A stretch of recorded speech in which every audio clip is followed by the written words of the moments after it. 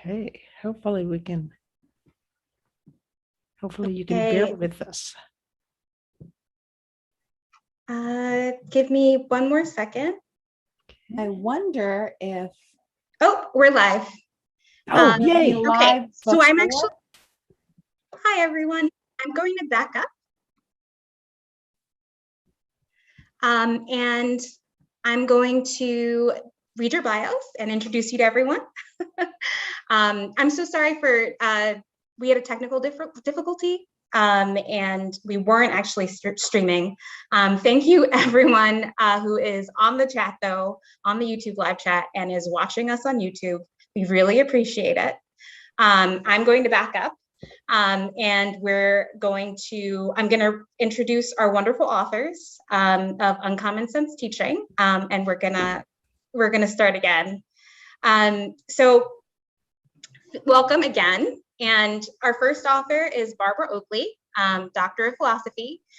She's the best-selling author of A Mind for Numbers and a professor of engineering at Oakland University in Rochester, Michigan. Her research involves bioengineering with an emphasis on neuroscience and cognitive psychology. Dr. Oakley is an internationally recognized expert on learning and on creating high-quality online materials for massive open online courses, also known as MOOCs.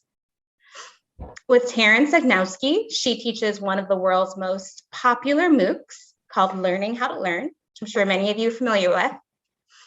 Our next author is Beth Rogowsky, Doctor of Education. She's a professor of education at Bloomsburg University of Pennsylvania. In addition to completing postdoctoral training in neuroscience, she has 14 years of experience teaching English language arts to middle schoolers in rural and urban public schools. And then our last author, but definitely not least, is Terrence Sejnowski, Doctor of Philosophy. He is the Francis Crick Professor at the Salk Institute for Biological Studies, where he directs the Computational Neurobiology Laboratory. He is among only 12 living scientists who have been elected to the Institute of Medicine, the National Academy of Sciences, and the National Academy of Engineering. Welcome again. I just wanted to lay out the format for today's webinar. So Beth, Barb, and Terry are going to present core ideas from their new book, Uncommon Sense Teaching. After their presentation, they will be taking your questions and responding to as many questions in the allotted time as they can. Please submit questions to their Google form. We've pinned the Google form to the live chat window in the YouTube live chat. So please remember to post your questions in the Google form. We have a moderator who will periodically be reminding everyone to do so. And then the last note is just to keep the chat as respectful as possible. We're just so excited to have you all here. And then without further ado, I'm going to have our authors start.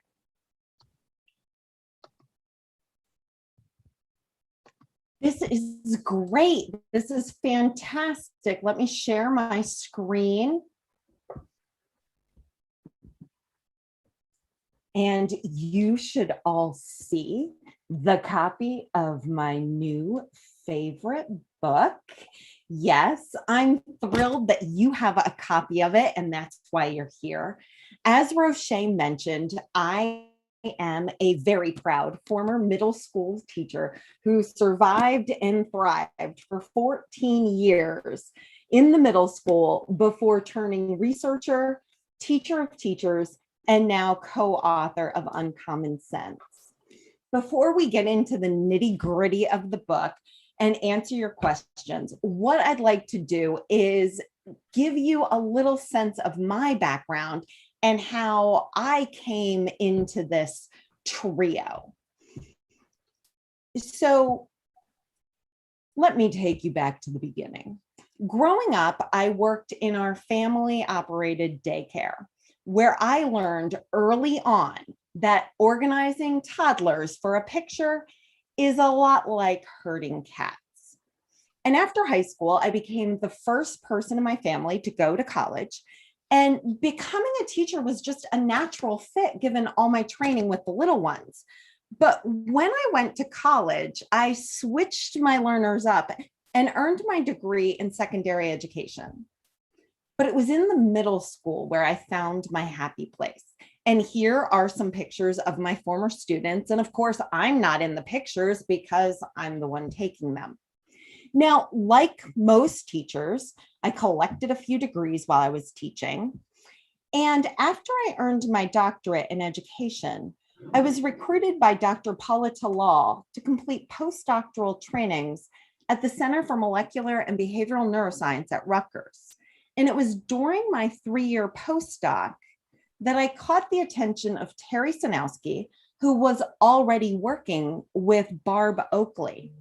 Together, the two of them had created Learning How to Learn, a massive open online course that millions of people have already taken worldwide. In fact, you might be one of them. And with millions of people interested in the science of learning, it just seemed natural for Terry and Barb to start investigating the science of teaching and what neuroscience lies at the heart of effective teaching. Now, that's where I come in. It took Barb Oakley, a mastermind engineer. And when you think of what it takes to be an engineer, she's an expert in designing, analyzing, and testing complex systems. And what's more complex than the brain? And that is where Terry Sejnowski comes in. Terry is probably the most prominent neuroscientist in the world. And so lucky me to join this team.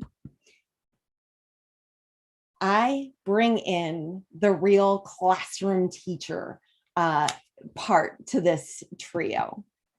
And we collectively wrote Uncommon Sense Teaching to give you the most effective practical strategies that will help you teach effectively. Now, how do I know these methods work? Well, not only does neuroscience and the educational and cognitive psychology research support the strategies we advocate, but the strategies are techniques that I've used throughout my entire teaching career. So I've talked long enough. Let me turn things over to Barb. Barb? Okay, so let's see if I can share screen. If you can, alrighty. Looks like okay. Come on, let's see if I can share screen now. There we go. Okay, so we got it. Okay, so what I want to do is just very quickly go through so we get a little bit of background, make sure we're all on the same page, and I'll give some insight, and it will all lead up to Terry discussing some of the most important aspects of what we talk about in the book Uncommon Sense Teaching. So here we go. I'm just going to give a few little highlights. So we know that, of course, the brain is pretty darn complicated. And despite the fact that it's complicated, fortunately, there is a fundamental building block, and that is the neuron. The neuron, there's about 86 billion of them. And if you look at neurons, what they're actually doing is they're simply making, when we learn something, we're making connections between neurons in long-term memory. And that's no matter what we're learning, whether it's taking a derivative in calculus, conjugating a verb in German, or completing a new dance step. As we practice with what we're learning, we strengthen the connections between those neurons. So in essence, what we're really doing is creating sets of links as we learn something, and those links get stronger the more we practice with them. So there, I should give you a little bit of a sense of the neuron shorthand that many neuroscientists use. And they simply take sort of a neuron, a real neuron. This is our our conceptualization that's a little bit easier for us to see because it's compressed. They take a neuron, and of course, neurons are linked together as we're learning something. But look, we've got neurons and we've got connections. So we can just sort of get the essence of these neurons and connections as simple dots connected by links. So the links are the axons and the dendrites. And of course, the neurons, the body of the neuron itself is this dot. Now, as we're learning something, we strengthen those connections and we're depositing them in the neocortex. And you might have heard the term neocortex and thought, well, what exactly is that? As it turns out, it is just this very thin, 2.5 millimeter thin sheet, kind of like a dinner napkin, which of course Terry sometimes shows with a dinner napkin. And this thin sheet is spread out over the surface of the brain. And that sheet is where we deposit those sets of neural links as we learn something, and we're depositing them in long-term memory. Of course, these links are like teeny tiny, they're really small. In fact, we can't really see them very well, but they're there all scattered around the neocortex as we learn something. So you can think of long-term memory in the neocortex as having these sets of links. Working memory, on the other hand, is in the prefrontal cortex. And of course, we imagine that as being something like an octopus with 4 arms. So it's a bit more like a quadrupus. And that octopus can reach up and grab sets of links from long-term memory as long as we put something in long-term memory. Or of course, instead of sets of links, we could say it's kind of like a ball of information. So if you look, some people have a big working memory. On average, people have about 4 arms in their working memory octopus, but some have a lot more. So that means that they can hold a lot more information. Some people, like me, can't hold as much. So they've got maybe 3 arms on their attentional octopus. So in other words, students' working memory capacities can change or can vary quite a bit, anywhere from perhaps 3 arms or 3 balls of information they can hold to perhaps 9, 10, or even more balls of information. So I like to think of Terry, for example, as a race car learner who can hold lots of information in mind. Of course, he's race car on some things and more of a hiker like me on other kinds of things. But I, as a hiker, can actually learn just as much as Terry can, at least in some ways, but I have to practice more with it. And I have to create sets of links in long-term memory. And when I've practiced, I can pull those into mind. And you can see I can kind of hold much of the same information as Terry can, even though Terry is more of a race car kind of learner, and I'm more of a hiker kind of learner. Well, where's Beth in all of this? She's kind of in between race car and hiker. But of course, all of us have different, some things we're hiker at, and other things we can be more race car. And a lot of this depends on how much prior knowledge we actually have. For example, if I asked you to remember this sentence in 2 minutes, you would probably say, I can't really remember those words, even though if I asked you to remember the sentence, the green penguin is eating an apple, which is exactly what that sentence is saying in Russian, you would be able to remember the English sentence quite easily. And the bottom line is that your working memory capacity is sometimes less important than how much prior knowledge you have in that particular subject. But those with lesser capacity working memory, like me, they can learn more easily if information is not given to them as a big batch all at once. If you scaffold that information, kind of build stepping stones so they can gradually acquire the pieces, and give a little bit more direct instruction instead of just saying, here, figure it out. That can be valuable, particularly for hiker type learners like I am. Now, switching gears just very quickly to our last, and I think one of our most important topics, relates to the two superhighways that the brain uses to deposit sets of links in long-term memory. So we've talked about the importance of depositing those sets of links.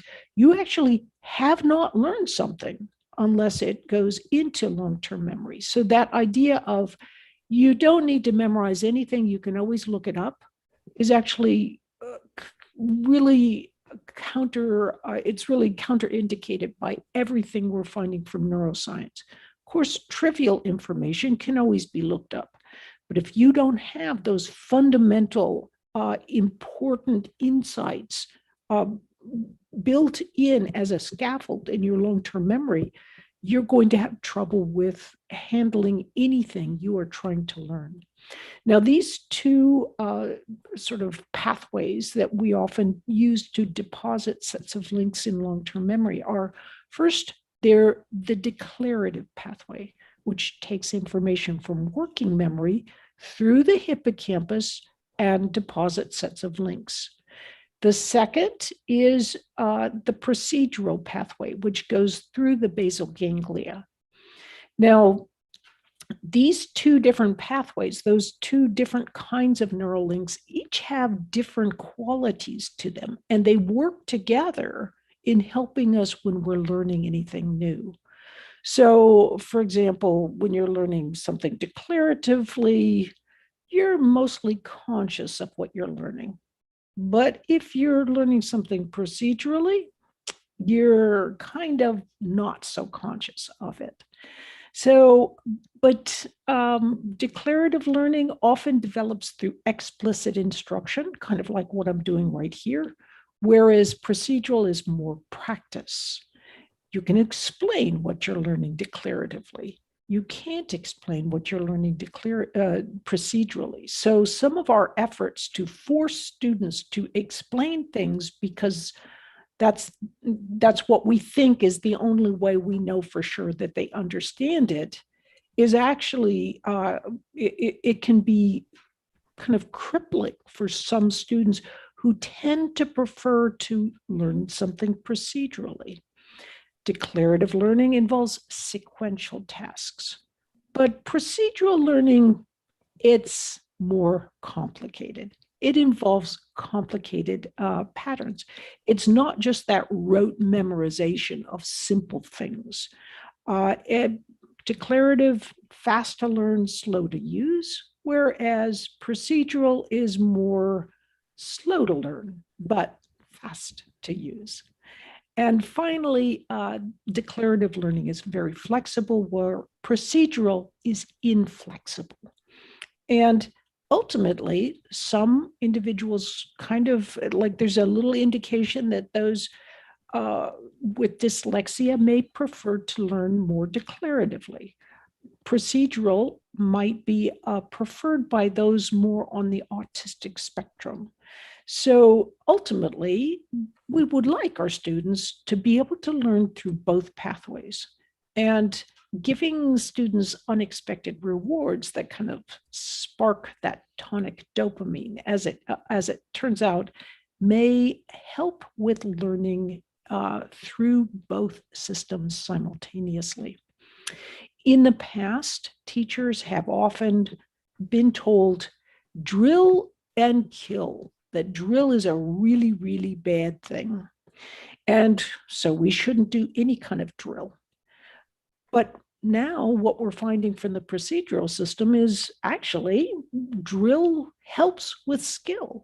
And in fact, by eliminating drill, especially well-designed drill that allows for nice interleaving and spaced repetition can actually cripple students' abilities. It's like you've got two major ways of getting sets of links in long-term memory, and then you say you can't use one of those sets. Of course, it's like asking a runner to run with one leg. So it's a little bit tough. I think this is probably one of our, I think to me, one of the most fascinating insights coming from neuroscience. And I would like to turn things over to my co-instructor, our co-author, Terrence Sejnowski, to explain further. Well, thank you so much, Barb, for a really clear and wonderful and memorable introduction to the brain. And I can tell you unequivocally that what you have just heard is based on the best neuroscience that we have today. Now, that's not to say we're not going to learn more things in the future. And that's why I'm here at the Salk Institute. I am a researcher and trying to understand the nitty-gritty, the details of exactly how these different parts of the brain work together. So, and Beth, I think, has the practical knowledge, and that's really absolutely essential. We in academia, we often are called, we're living in an ivory tower. I've had some experience in the classroom, teaching students, but I think being at a teaching college and teaching teachers is really, I think, most beneficial because you'll have the biggest impact. So that's why I'm so pleased to have these two co-authors. So let me take you a little bit further into the brain and give you a little taste of what we know. So Barbara already has been very, I think, clear about these two systems, the declarative system through the hippocampus and the procedural system through the basal ganglia.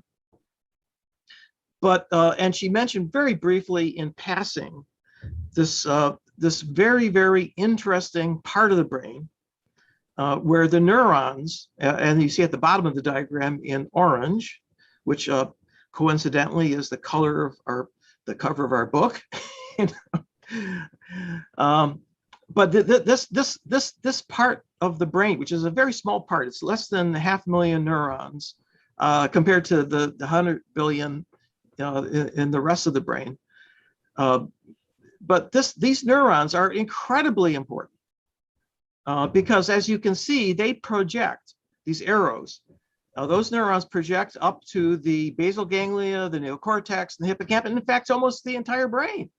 And this is called a neuromodulatory system because it influences the state of all of these regions, and it regulates plasticity. That's to say, the changes in the synaptic strengths that accompany learning.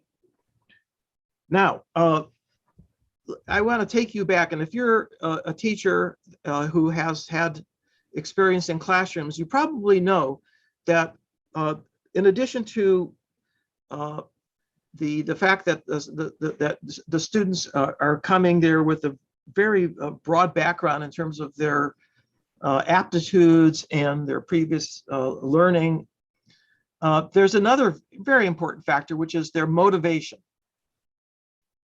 That is to say, do they want to learn? Are they motivated to learn, or what is it they're motivated? What motivates them? And that, if you can control that, then you really can amplify the ability of the student, because they're going to learn what they're interested in. And so the question is, how does the brain regulate that?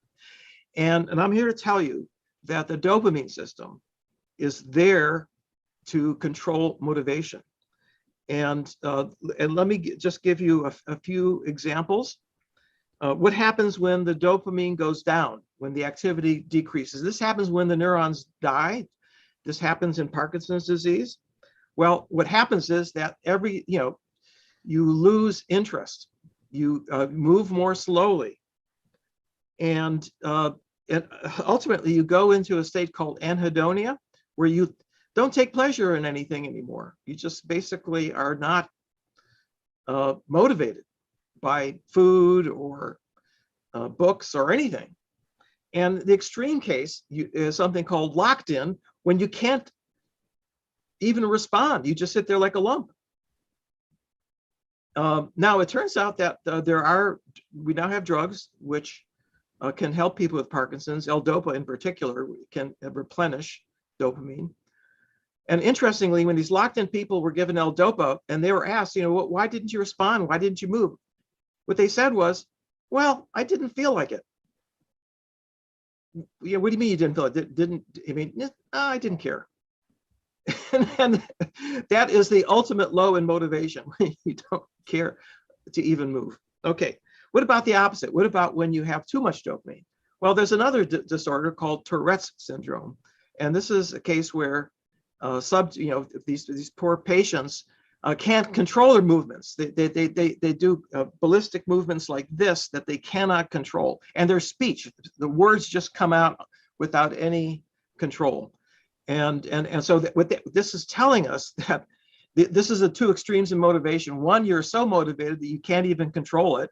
And the other one, where you have so little motivation, you can't even move. So this is really, I think, telling us that if this neuromodulatory system can affect not just the learning, regulate the learning, but regulate the motivation, that we really have a focus here that neuroscientists can really begin to understand. And by the way, just in passing, there are a lot of people out there who are addicted to drugs. Everything from nicotine to OxyContin to opium, right? This is a real problem we have here in the United States. Well, all addictive drugs act by increasing dopamine activity. What does that mean? Well, that means that you take the drug and suddenly you get a big splurt of dopamine into your brain, and wow, does that motivate you? But what does it motivate you to do? Well, it motivates you to take more drugs, right? And if you have to, you will, lie, steal, whatever it takes. And in fact, it ruins people's lives, and it really is a tragedy because of the fact that it basically hijacks their brain. These drugs. Very, very powerful. Okay, well, so I've focused on dopamine, but it's not the only neuromodulatory system in your brain. There are many others. There's neuromodulatory systems, for example, that control your ability to pay attention, to focus, to concentrate, and not to be distracted. And interestingly, these are often when students have attention deficit disorder, ADHD, this is the neuromodulatory system that is affected. But there's also sleep regulation. Sleep is one of the most important things for learning. If a lot of the memories that you have of things that happen to you during the day, those are put into the links while you go to sleep, right? When you're not even aware of what's happening, but your hippocampus is talking to the cortex and creating those links. So sleep is really, really important. And there's neuromodulatory systems that are really important for that. So, there's neuroscience has a lot to teach us about how, not just how brains work, but how learning, how to optimize the learning of your students. And the book has really, in a way that I would never have imagined, been able to convey some of these very, very complex the brain details in a way that is very accessible, and with advice about how best to use these tools. These are tools that can be used in any classroom and to enhance the teaching. And it's all based on very important principles of how we know that brains work. Okay, well, I guess back to the moderator.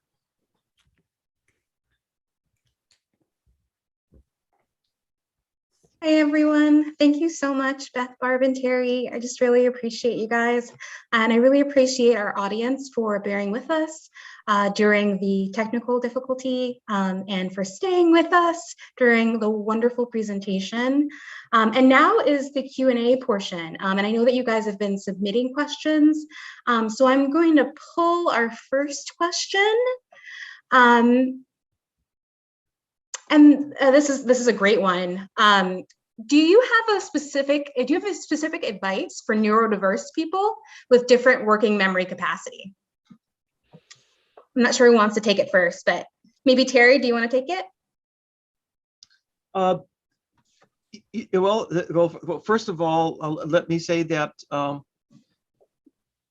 regardless of what your working memory capacity is, as Barbara said, you can compensate for that. So you shouldn't feel bad if it's low. And conversely, you shouldn't feel good if it's high. And I'll tell you why. I'll just give you an example. I have friends who are incredibly smart, and they have an enormously facile way of explaining things, and some of them actually, I know somebody, he's a Nobel Prize winner, who actually can convince you don't even know your own name, because he knows all the etymologies of everybody's name in different countries. But the problem is, though, that people who have that facility often don't really make the important breakthroughs. Now, how could that be? Well, the reason is that they can easily fool themselves, right, into thinking they've understood something when they really don't. And they can fool you that they've understood it. They sound so convincing. So but someone who has to actually dig into the material and go over it and over it and over it, that's the way I think the most basic discoveries are made. It's not by just having a brilliant idea. It's actually going and trying out a lot of things. Not, most ideas don't work the first time. And that's how science works, by the way. It's a process of digging, testing, and then confirming. And you do that over many generations, and you try to accumulate knowledge. And that's what happens during your lifetime. You go through the same process, except that it's on a shorter time scale. Well, I know Beth has some insights in particular in this area, but I just have to reaffirm what you're saying, Terry, as far as research itself has shown that science really does advance funeral by funeral. There are some brilliant and some really, really good scientists who, for example, Hariri is one of my very favorites. He found a major flaw in his research and others' research and said, basically it kind of obviated all his past work over decades and said, I'm going to throw myself under the bus. I just didn't get this. And it was really an important thing. Hariri is a very, very rare scientist. Many have real difficulties, I think, in giving up or acknowledging that they may have gotten something wrong. As Santiago Ramon y Cajal, the brilliant father of modern neuroscience, once said, I'm no genius, and he wasn't, but he said, I worked with many geniuses. And the problem with geniuses is they're just really, really good at figuring out ways to make it look like they were right, even when it's patently clear to everyone else that they're wrong. So anyway, but I have to turn it because Beth, I know you have so many ideas. Can I add a footnote? Could I add a footnote? Because this is a wonderful that the example you gave.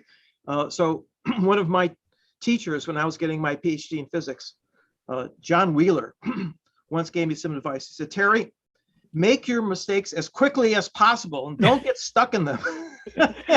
He was absolutely right. I mean, everybody makes mistakes, and you don't want to keep going back and making the same mistake. Sorry, Barb, go ahead. I think Beth has more to add. Oh, Beth, I just wanted to add in one other thing. It's a similar question. I just wanted to interject and tack it on. Kristen asked, what is the best way to pair students based on their working memory capacity? I think they're related questions. I just wanted to add them in. They absolutely are related, because this idea of working memory capacity cannot be linked with a person's ability. And I think in the book, we really put it out there that, you know, race car and hiker. But one of the things that I emphasize with my students is that we are all race cars and hikers. When it comes to statistics, I mean, I've taken 4 statistics classes over the course of my career, and I am still a hiker and need to get back to the books. But when it's about writing instructional objectives, I'm your woman. I am like hot to trot, and I can do it quickly. And that all comes down to what Barb was talking, and we in education call prior knowledge. But what Barb was talking about is what's in the neocortex that can help working memory out. And so in our classes, we don't want to do ability grouping where we put all the hikers together and all the race cars together, because those groups need to fluctuate. And we don't want to create this mindset where I am a hiker, I am a race car, because it's always fluctuating. And I think it's just like us working on this book. I mean, we needed the combination of hiker thinking, slow, steady, methodical, but also intuitive and creative.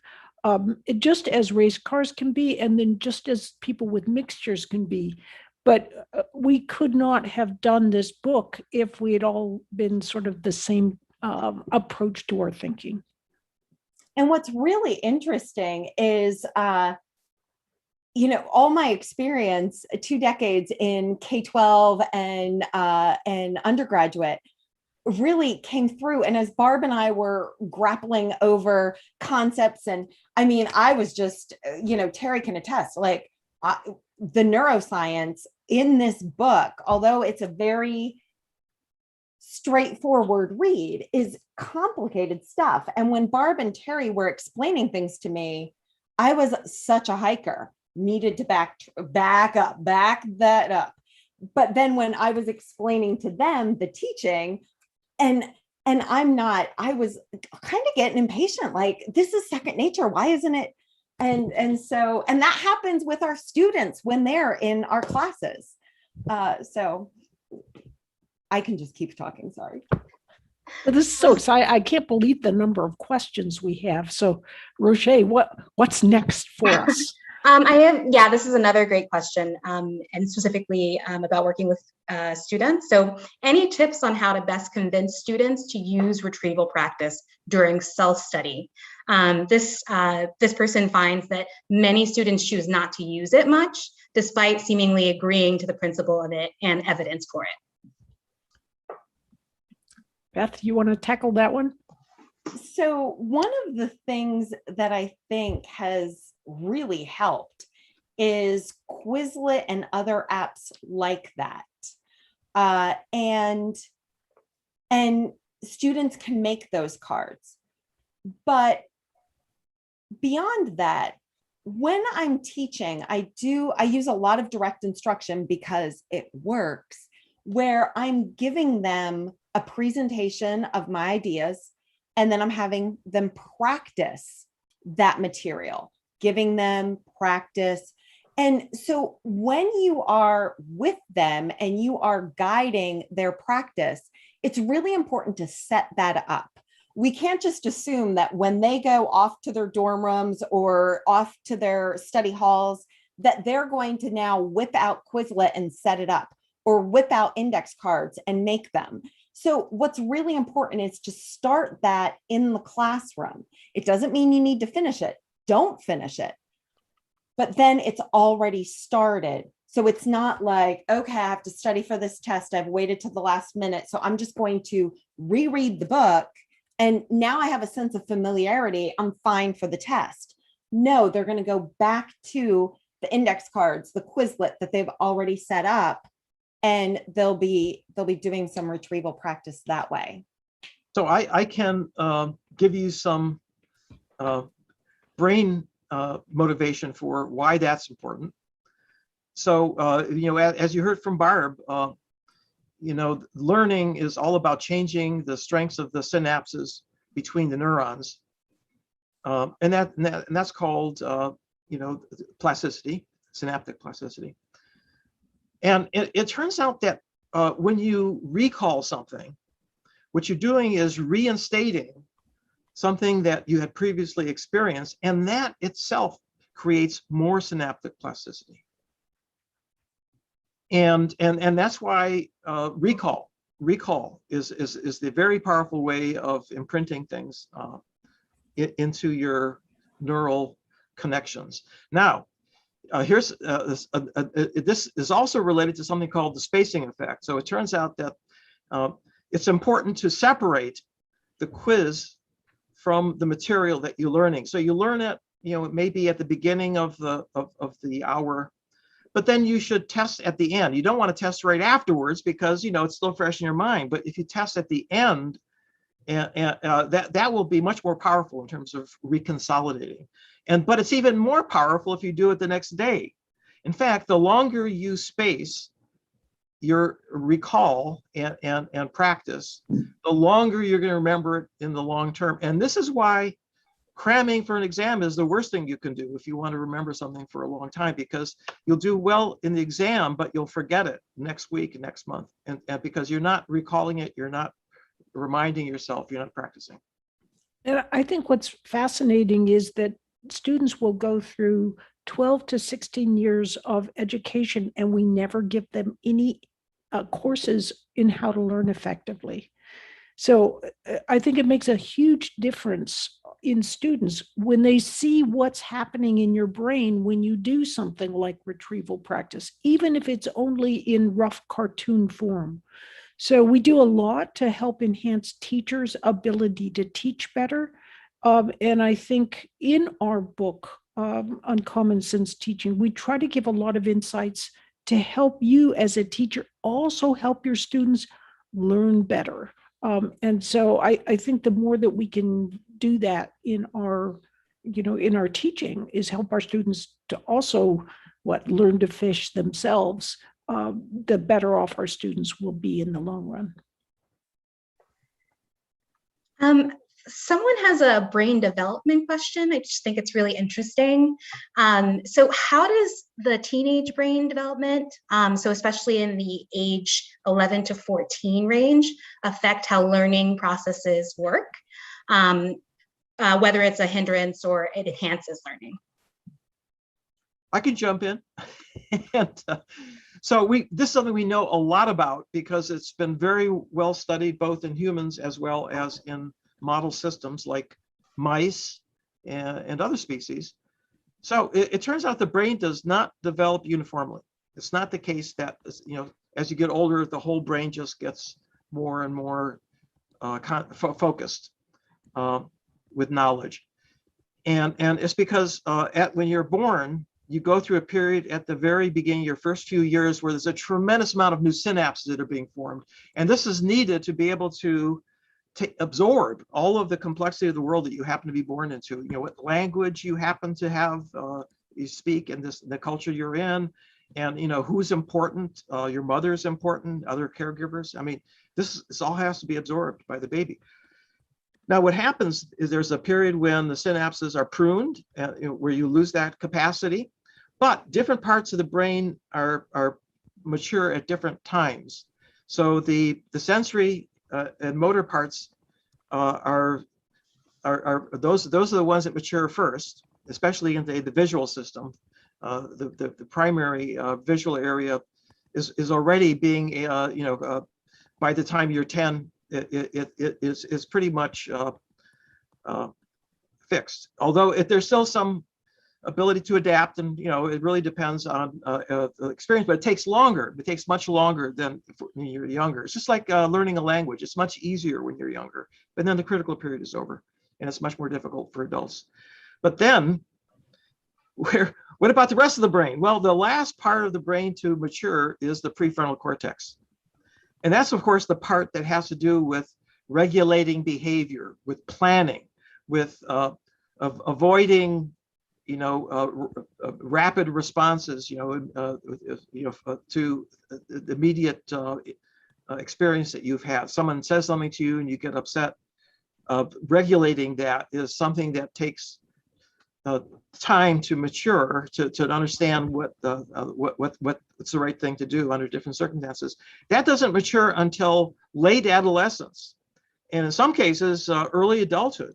So, this is why teenagers often have trouble regulating their behavior and do crazy things, right? The prefrontal cortex isn't completely wired up yet. Thanks, Terry. Does anyone have anything else to add on that? I think Terry encapsulated it beautifully. Perfect. So this is a really big question. It's just a really good one. So I'm going to do my best to do it justice. And it comes from Monica. And so basically, Monica is referring to the lizard brain and the idea of sort of social and emotional safety. So in the way that she teaches, she'd heard that we're biologically wired for our processing to start at the brainstem and move up to the working memory frontal area of the brain. Once the old brain has assessed flight, fight, freeze, or safety in the classroom. And then as she understands it, it's then safe for the brain sort of signals that it's safe to learn and learning can proceed. How does that factor into things? I think is the question there. That idea of fight, flight, and freeze, and of safety and of optimal conditions for learning. I'll take a first stab at this. I think one thing, so research has shown that students can watch 10 seconds of a video and do a very, very good job of predicting what the student evaluations would be of that teacher after an entire semester. And one important idea with relation to the procedural system is that it learns complex patterns and it learns them really well. And it produces a sort of a value judgment, so to speak. And you're unconscious of that outcome, that value judgment, but it influences your thinking. So I think what can happen in a classroom is you can spend a great deal of time explaining about, that safety is there and so forth, but kids can pick up on it just by looking at your body language and what you're doing with them. I mean, they can pick it up really quickly. Is it worthwhile to spend lots of time on that rather than, just kind of, kids are going to pick up right away just based on your first statements, your first interactions with the students.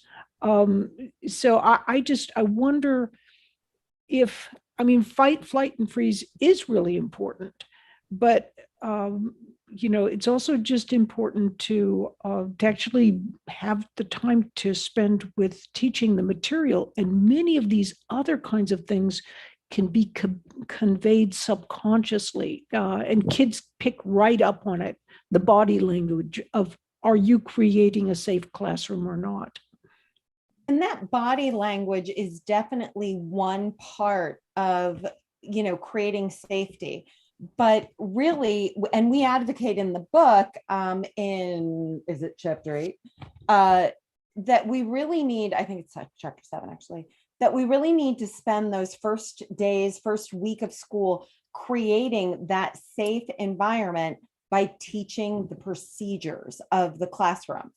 Now, that is not to be confused with procedural pathway in the brain, because you need to teach those procedures declaratively.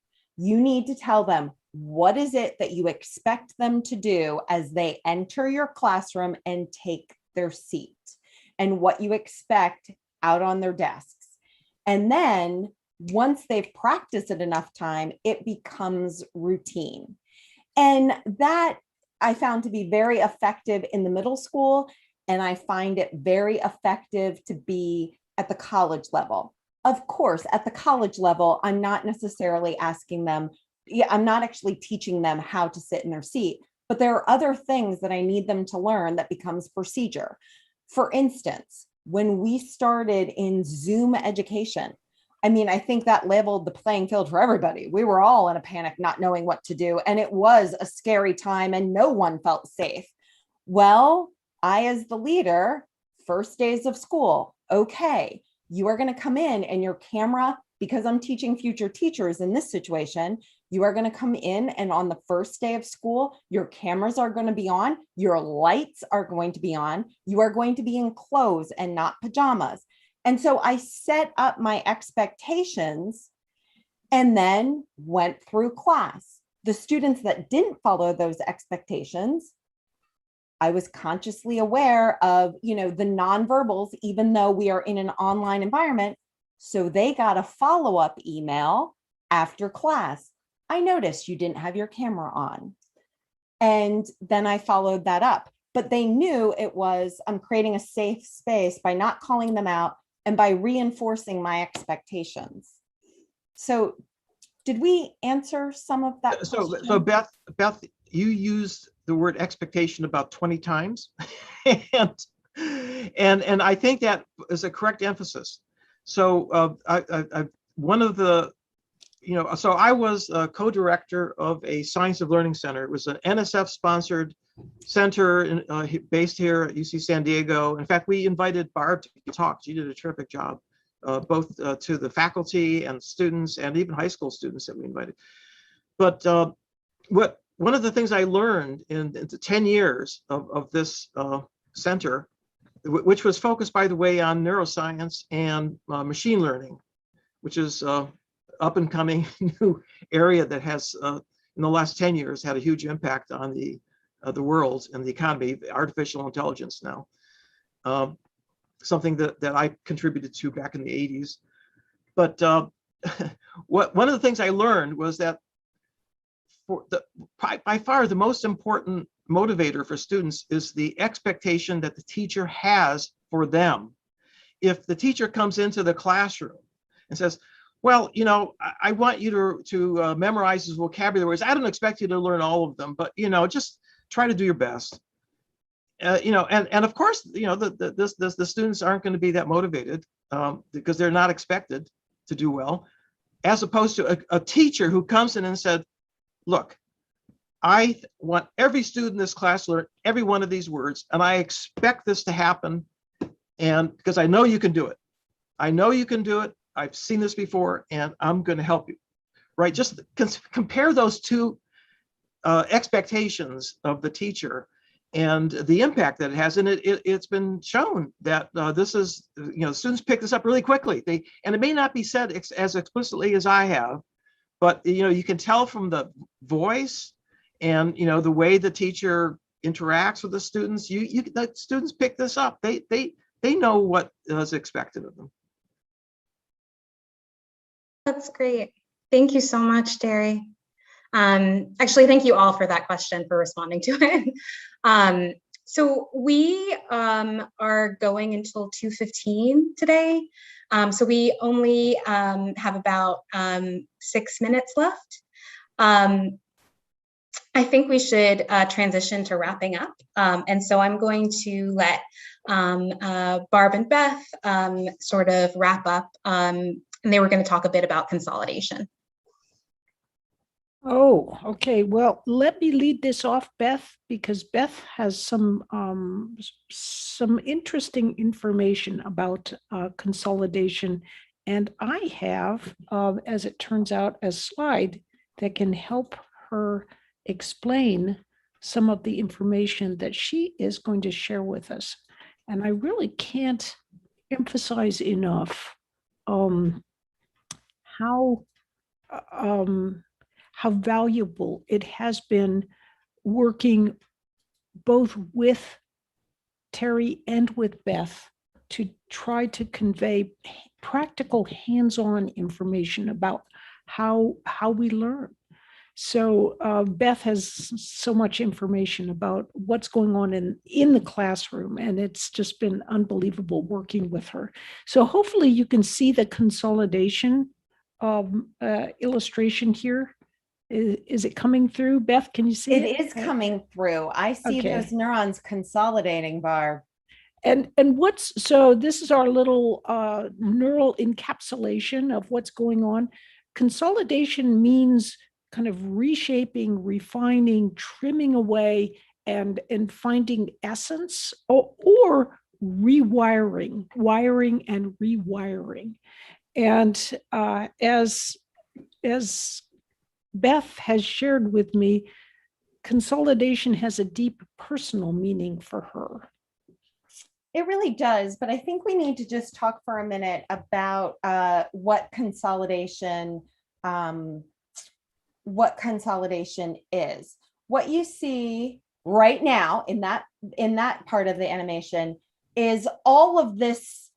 Each dot is a neuron, and you get information, and it's all messy and unorganized. And in the beginning, you don't have strong neural connections. And then time goes on, and there is brain breaks and sleep, two vitally important components of learning. And so you see here that the neuron, they're between those dots, between those neurons, those connections are getting stronger and more organized and more efficient. And I never realized how important consolidation was until one day when I was 35, I tripped and fell on my way out of school. And within an instant, I wasn't able to read or write or do any math, really. I was taken to the hospital and I wasn't talking coherently. I couldn't remember the password to my laptop. And I spent many months in and out of the hospital. And it was slow going. And to be honest with you, I slept most of the time. And now, flash forward, I'm no longer in my 30s.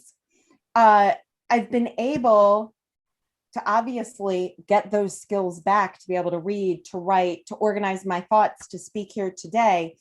And it wasn't until we were writing the book that I had the aha moment. That's the consolidation that has happened. My neurons needed to take and organize themselves and go back to the neocortex, find that information and work with working memory to solidify and to strengthen the neural connections in my neocortex. And that takes time.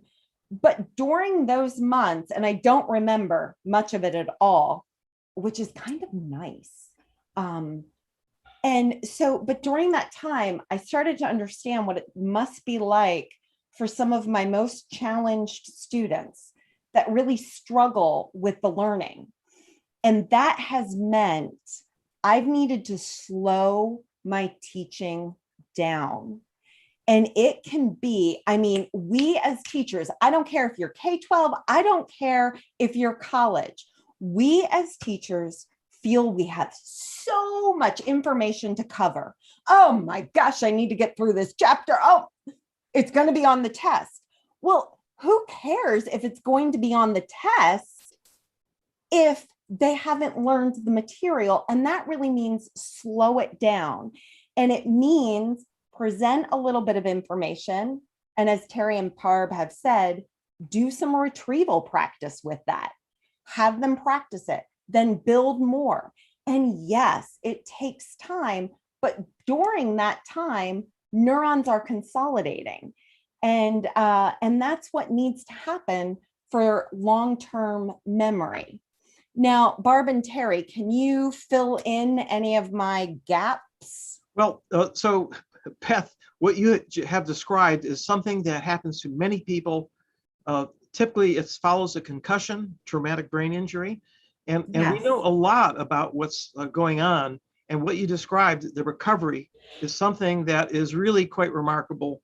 And the ability of the brain to recover, and it does that by reorganizing. It's not like there are things that are lost, connections that are lost, but the brain can figure out how to go around them. But you need practice. It probably took you a lot of practice. And by the way, why is it you slept a lot? Well, that's because it takes time to form these new connections. It's like being a baby again. So, it's so wonderful that you had. I shouldn't say that I've so had. Wonderful that you, not that you had the experience, but that you recovered so well. Right. And you really hit it on there. So many of our students sleep deprive themselves. They'll stay up until all hours of the night and they come into class and they're half asleep. And that communicating, I think some of the neuroscience will help them understand the vital importance of sleep.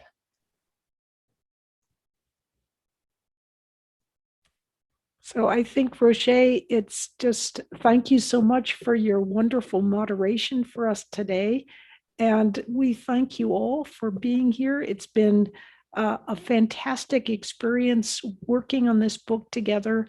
And we really feel that it will give you the kind of in-depth insight, not only into what to do as a teacher, but why you want to do what you're doing. And that can make all the difference in making those subtle retunings that can turn your already fantastic teaching to even something more extraordinary. And Barb, what about our MOOC? Oh, so I've kept it rather low key. But we will be having on July 16th, we have our massive open online course based on the first 5 chapters of Uncommon Sense Teaching. It will be an entire specialization on Coursera. It is so freaking funny that you will love it. And it gives a lot of the animations that we've been showing you here today actually arise from this MOOC. I don't know, Roche, do we have enough time that I could actually show the preview? I'm sure people would love it. I think I would love it. Let's do it. Okay, I have to find it here. So where is my, let's see. Let me just grab it. Oh, it's up here and up here. And there we go. Here, okay. So I'll get this started as it's taking a moment to boot up. Let's see, let me get this off the screen and hopefully you can boot up very quickly. Let's see. And what's here we go. Share screen. Okay, so let me, okay, it's up and we're ready to go. And there we go.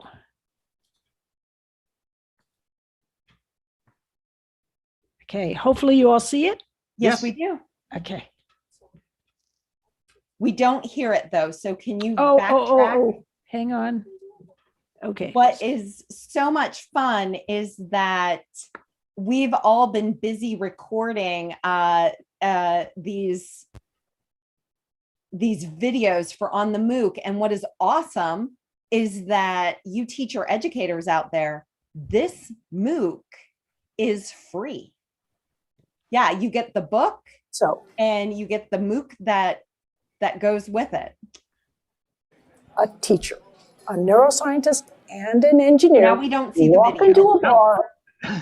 You've now, got to be kidding. It's okay. Audio without the video. Okay, so probably what happened was I shared it before. Okay, so now you should see.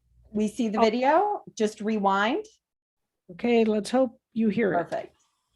So, a teacher, a neuroscientist, and an engineer walk into a bar. Very funny, Barb. But some people might say a teacher, a neuroscientist, and an engineer teaming up to create a practical course on teaching.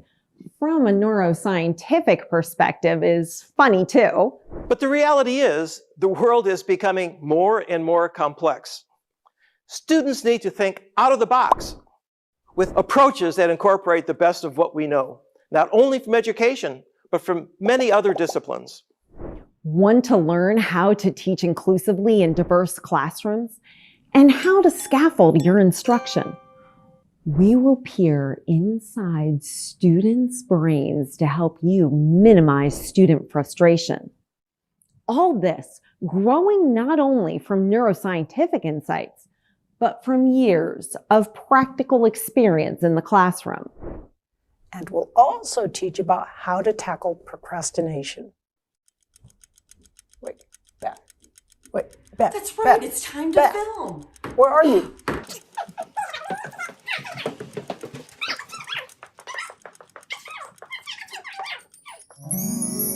Join us for a course on teaching like nothing you've ever seen before.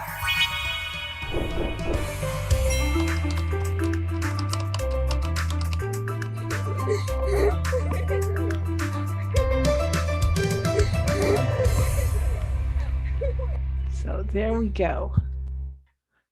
Thank you, everyone, for joining Thank us you. today. I just wanted to say that I'm going to send the video out afterward. So you'll get it today, hopefully. And thank you again for joining us. Have a wonderful day. Great, thank you. Thank It's been you. great.